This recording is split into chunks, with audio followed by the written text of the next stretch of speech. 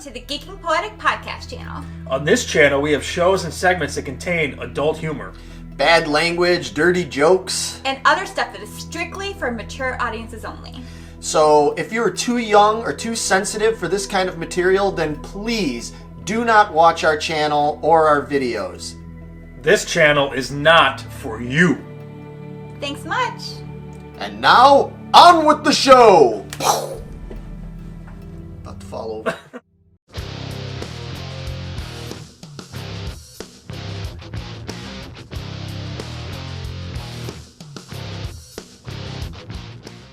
And welcome everybody to Geeking Poetic podcast channel. I'm one of your hosts, Larry Roberts. Over here to my right is my superhero sidekick. You can call her Battlestar. You can call her Sharon Carter, Agent 13. You could be the Bucky to my Falcon if you want to be. I'll take that. Yeah, she is none other than Megan Guess. And we are here, if you haven't guessed, we are here to talk about, what are we talking about? Falcon and the Winter Soldier, Episode 3. Boy, there's a lot to unravel here. This feels more like a action, TV show than mystery, it does kind of like suspense, kind of thing. I'm really digging it. Yeah, it's really cool. It's definitely different. Whereas I thought, like, compared to WandaVision, that this was going to be more, a little more straightforward, superhero-y and stuff. It's definitely not. It's not. Not the vibe I'm getting at all. No, it's got its own thing going on for sure. If you haven't already watched, you should go back and watch the previous two episodes we did reviewing the show. We're doing this every week. And before I go any farther, I'm going to let you know that, yes, there's going to be spoilers. We're going to talk about this in depth. Yep. So if you haven't watched Episode 3, pause us. Yeah. Go watch that and come back. All right. All right, you're back. All Let's good? go. You're back. All right. So, yeah, I mean, we're not going to do a recap. We haven't really been doing a recap so much. There's plenty of those on YouTube and on all the different podcast platforms. We're just going to talk about our general thoughts about it and what we liked, pros and cons and stuff. So, like, delving right into it, what would you say was one of the biggest pros of this episode for you? Sharon Carter. Yeah. I know you were excited for her to be coming back. I was bummed. I was getting real bummed. Yeah. My therapist wasn't going to show up.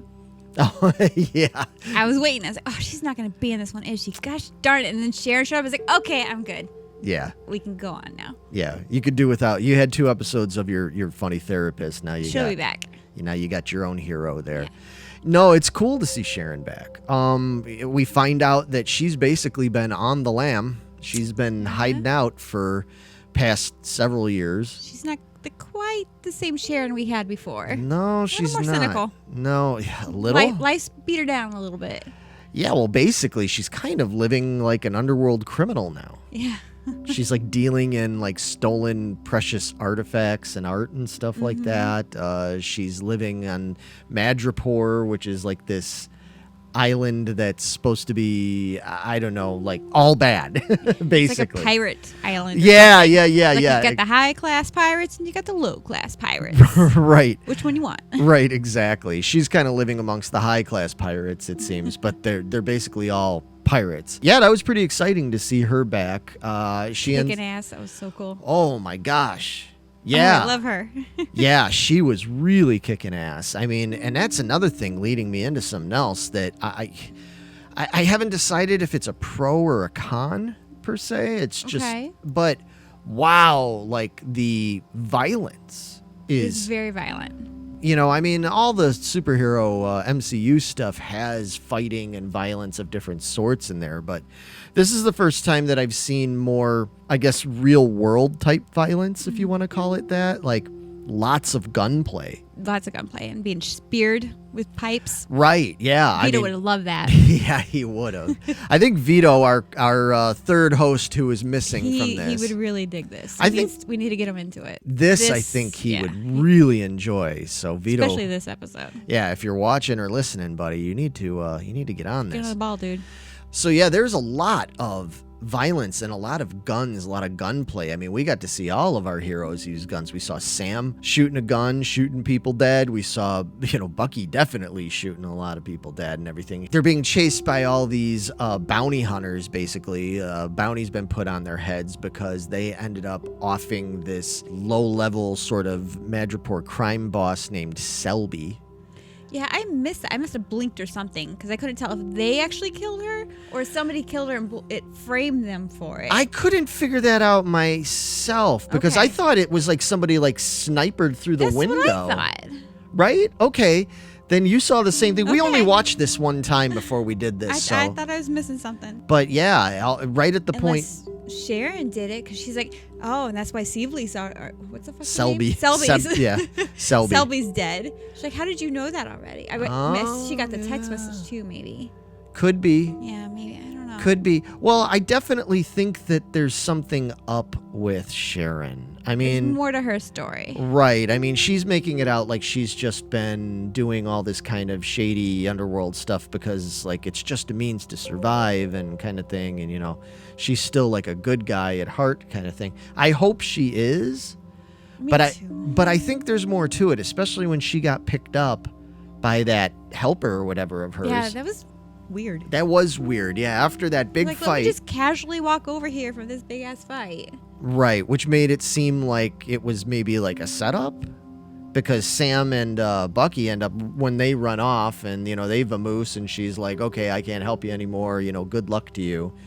And then she walks off and gets in that car and has a driver like take her away and says, oh, we've got a couple of problems to deal with. It's like, why are you sounding like a crime boss yourself, or maybe somebody that reports to a crime boss? Maybe. Well, I mean, the name of this episode is The Power Broker. Now, the Power Broker... He was mentioned a lot in this. A lot. We didn't see him. I was hoping we were going to get a little bit more revealed about the Power Broker, especially since they named the fucking episode Power Broker. But we didn't. We come to find out that basically Power Broker... And again, we talked about this in the last episode because this is from the comic books as well. But again, MCU has changed it a little bit. Power Broker apparently is some big...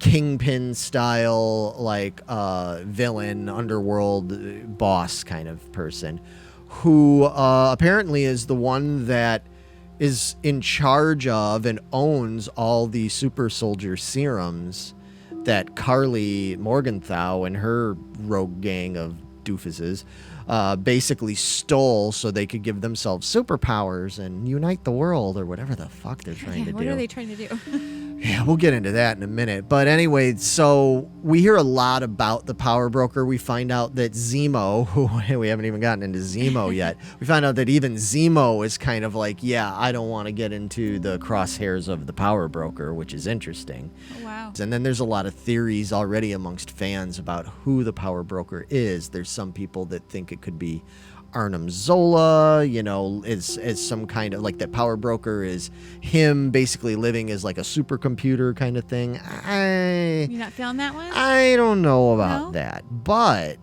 if Power Broker isn't just him, he isn't just some dude that we're going to, some new character that's going to be revealed to us and everything. If he's not that, I have some other theories.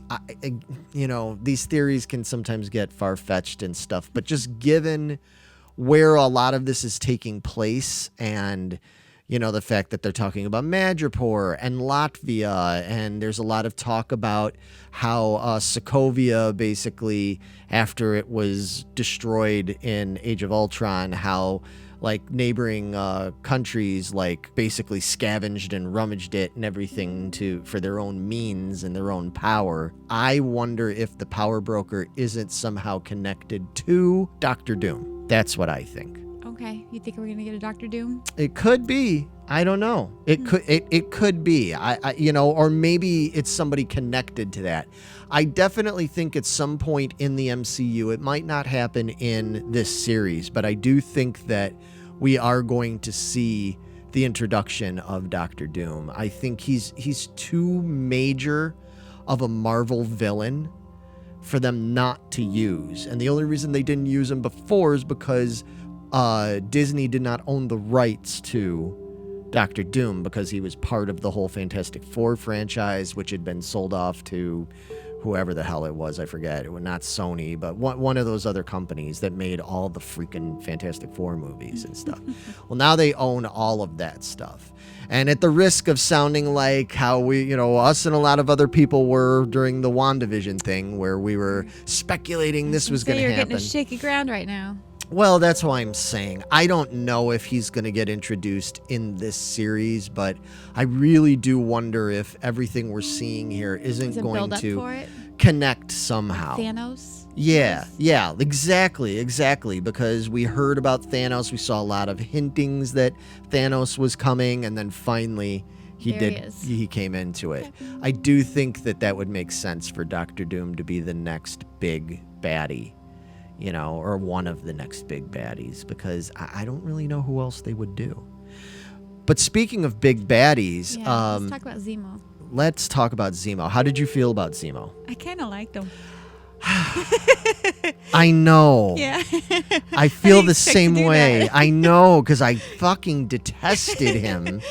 And I mean, I get that we're supposed to detest him being a villain and all, but I mean, I just didn't like him at all. Like, I didn't find him even all that interesting in Civil War, and he was one of the things that basically prevented Civil War from being like in my top 5 favorite Marvel movies, because I love that movie. I love parts of Civil War. There's parts of it that I really, really love, because I love Cap, I love Falcon, I love Bucky, I love Black Panther. It had all these elements. It introduced Spider-Man. There were so many things about Civil War I loved, but I didn't love Zemo. I didn't think Zemo was really a interesting or deep enough or good enough character. I was like, this guy just seems like a twerp. Like, why is he why is he just so clever and so powerful and everything?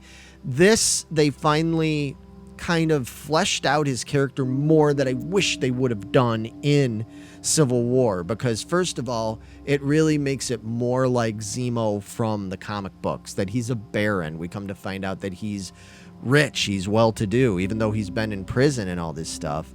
He wasn't. His plane just can take off and come as it wants, even though, Yeah. He really shouldn't be going anywhere. Right. Yeah, no, he's got a lot of power still. And I thought that was really cool the way they did that. I thought that they gave his character a little bit of much needed humor. I really like that. I love the humor on this show. I love it. Yeah, I love the fact that they incorporate it without it getting like too over the top. It doesn't get like corny and silly. Fortunately, it doesn't. Yeah. Megan would like more corny humor. I need more dad jokes, please. Oh boy. We'll give it time. We're only 3 episodes in. Okay. But I just think it's a really good balance because there's a lot of serious shit going on in this show, and I think that it's really cool. Even just subtle little things like when they go to that club and things are a little tense, and they just show for Zemo dancing around, right? What is that? Yeah, I thought that was, and him just kind of commenting afterwards, being like, "Oh yeah, this place is, New York's got nothing on this place, kind of thing. Like they know how to party." Little bits like that, I loved. I loved the way they, orchestrated the whole prison break thing, like with Bucky kind of mixing it with humor at the same time, because Bucky's sort of telling. Let's just say. Yeah. Theoretically, right. Yeah. And Sam's like, "What did you do?" I didn't do anything. Oh no, that's bullshit. We get to see a lot of old Winter Soldier-y kind of shady side of Bucky. He still has all that in him in terms of like, the training and the stealthiness and all that kind of the shadiness. I just don't think that his intentions are bad like they once were, you know.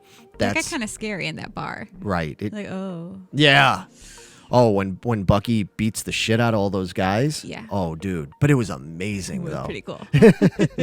Yeah, as we mentioned earlier with like the gunplay and stuff. I mean, the fighting scenes. This definitely had a lot of action in this episode. I mean, overall, let's just talk about it. This episode. When it got done, we both were like, damn, that felt long. Like, it felt like a movie unto itself. Right. How long was it? I'm not sure how long the episode was. Probably at least 50 minutes. It was probably close. And yet, 3 episodes in, I'm like, we still have so many questions. It's like, still. They're not going to give you everything. I know, but you got to keep coming back for more.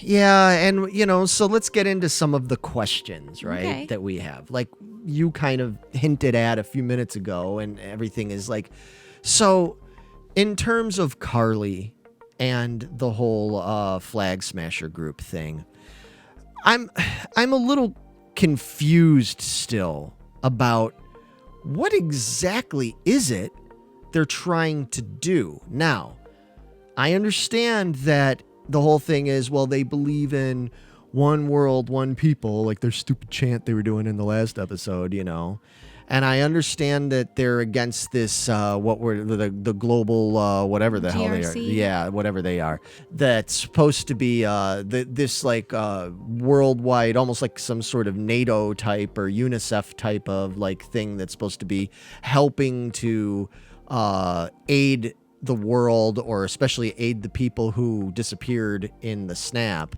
And everything is supposed to be helping them to get back into the world and everything. And we come to find out in this episode that organization, part of the problem is that they ain't doing What they're supposed to be doing. what they're supposed to be doing. They ain't doing right by people. In this episode, the Flag Smashers end up breaking into that compound, or whatever you want to call it, where they find months and months worth of supplies that's supposed to be going out to people that they're just sitting on. And we're finding out that this episode starts out with this really nice commercial about that organization, about trying to help everybody get back to a normal life. And, then it's juxtaposed with, we get to see, quote unquote, Captain America.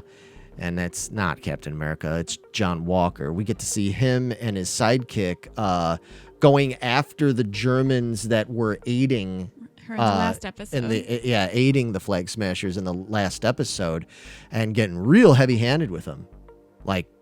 And this Captain America, he curses, he beats people up. Language. Exactly. Steve would tell you language. Yeah, this is not your grandpa's Captain America, unfortunately. This is not our Captain America. It's nobody's Captain America, except for this corporation's Captain America, this corporation that's supposed to be helping everybody out and stuff. That makes sense. Yeah, it does. And I think it's leading to more things we're going to find out about that corporation. I think that we're going to find out that organization, whatever you want to call it, I think they're shady. I think it just goes beyond just the normal, like, government ineptitudes of like, well, they're not doing right by everybody and they're not getting the supplies out. I think there's more to it than that. I think that they're shady. We're talking like Hydra shady. There's something else going on there that I think they're leading up to. I'm kind of confused about the whole Carly and these people's, because in the first 2 episodes, they said something about they're for the people that were always there. Right. Okay. But in this episode, they were at a GRC camp or whatever, and they made it sound like they grew up there. But you just said it's more so for the people that came blipped back. Right. So now I'm really confused. Which one are they? Yeah, who is staying at these camps? Is it the people that blipped back or the people that were always there? And what? Yeah, exactly. I'm so confused. I'm sure that's going to get explained a little bit more thoroughly. But that's kind of my point, that's what I was saying, is that I don't quite understand what it is they want to achieve here. I mean, I get the basic Robin Hood shit they're doing of stealing from the rich and giving to the poor and all that kind of stuff. But I don't understand like the whole thing of like, well, we want to give everybody like these super soldier serums. We're going to give it to the kids so they can fight and they can do and do what though exactly? Like, what is their end game? They haven't really explained. See what an end game, huh? But really, and what is their plan here? I mean, where are they supposed to be going for this? Because they're saying about one world, one people, but I mean, are they talking about just totally like trying to like overthrow governments entirely and have some sort of new regime, some sort of new rule? Like, it's so vague right now that I'm still finding myself having a hard time, like I did in the last episode, really Connecting to them. connecting to Carly and her cause. We did get to see the whole thing with her mother or whomever that was, that she was calling, that Mama Danya or whatever her name was, that died. So we start to kind of see some things that I guess are supposed to make us like feel sorry and humanize her and stuff. But then she turned around and she blew up that building with all those People in it, that even her sidekick guy was like, dude, like, you just killed all those people. And she's going, well, that's the only way they can understand. And it's like, oh, okay, well, but see. That's not what we're doing. And that's also like, now you're taking it into another territory. So now it's just, you're trying to overthrow the conquerors by being a conqueror. Like, Yeah, two wrongs don't make a right, lady. I'm almost feeling like, I hate to say it, but they're sort of like the least interesting thing about the show. I was like, oh yeah, I forgot about these people. Right. Yeah, in this episode, Move on to the power broker. I was so much more invested in like Zemo and all that stuff. Now, I mean, obviously that still centers around because Zemo wants to get at them too. Yeah. Carly Like, and them too. Meet the, what did he say? She Come says, face to I face can't with wait her to or come something? face to face with her, you know. But even that, do you think there could be like a little, that seems a little too obvious, that they're just taking for granted that Zemo is like so against Carly because she wants to make these superheroes and Zemo is so anti-superpowered people. Maybe we're going to find out maybe Zemo is the power broker. I was just going to say that. Right. That's why he doesn't want to come up against him. Right. Yeah, that's a good point. Yeah.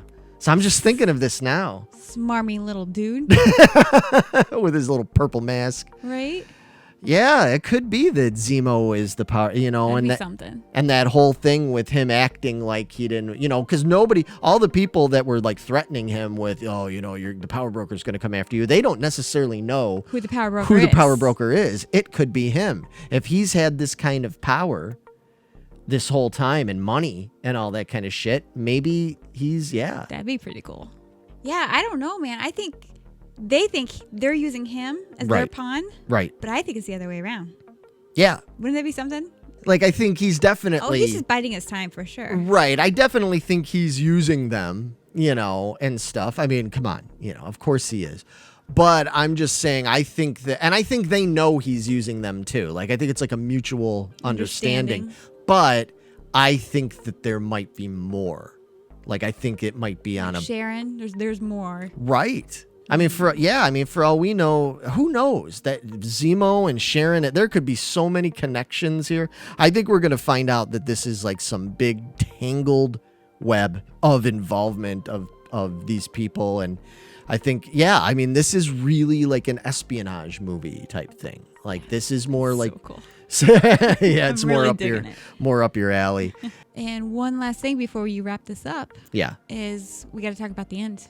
The very Oh, end. yeah. So at the very, very end, when they get to whatever destination they're going to next, and Bucky kind of stops and says he's going to go for a walk, which seems a little weird. Right. All of a sudden, we see that he has noticed all these little metal ball Balls. things, like these little electrical Tracker balls or tracker something? buzzwords they are. And he comes face to face with Ao, which is one of Black Panther's head guard people, you know, soldiers. She's there. Happy Zemo's out, right? She is not happy that Zemo has been busted out of prison because, you know, they would only love to get to Zemo and just tear him apart for what he did to their king in Civil War and everything. Understandably. And Bucky understands that too. I'm sure he's going to come to some agreement with them and be like, look, you have to trust me. This is where the White Wolf comes in. Right. Yeah, exactly. You have to trust my judgment. We're using him for this. You know, it's It's a important. necessary evil for the moment. Right. So, yeah, that's pretty exciting. So we might get to see more Wakandans in this, which is I awesome. think it would be a good introduction to the new Black Panther movie. Yeah, because we still don't know where that's going to go. Yeah. I don't know. But in any case, I mean, we said we weren't going to do a whole recap. I think we've talked a lot about it. I mean, couple of, like, the only real con, like I said, was just still not exactly feeling the flag smasher thing. I'm sure that'll come around, or at least I hope it does. There's no therapist.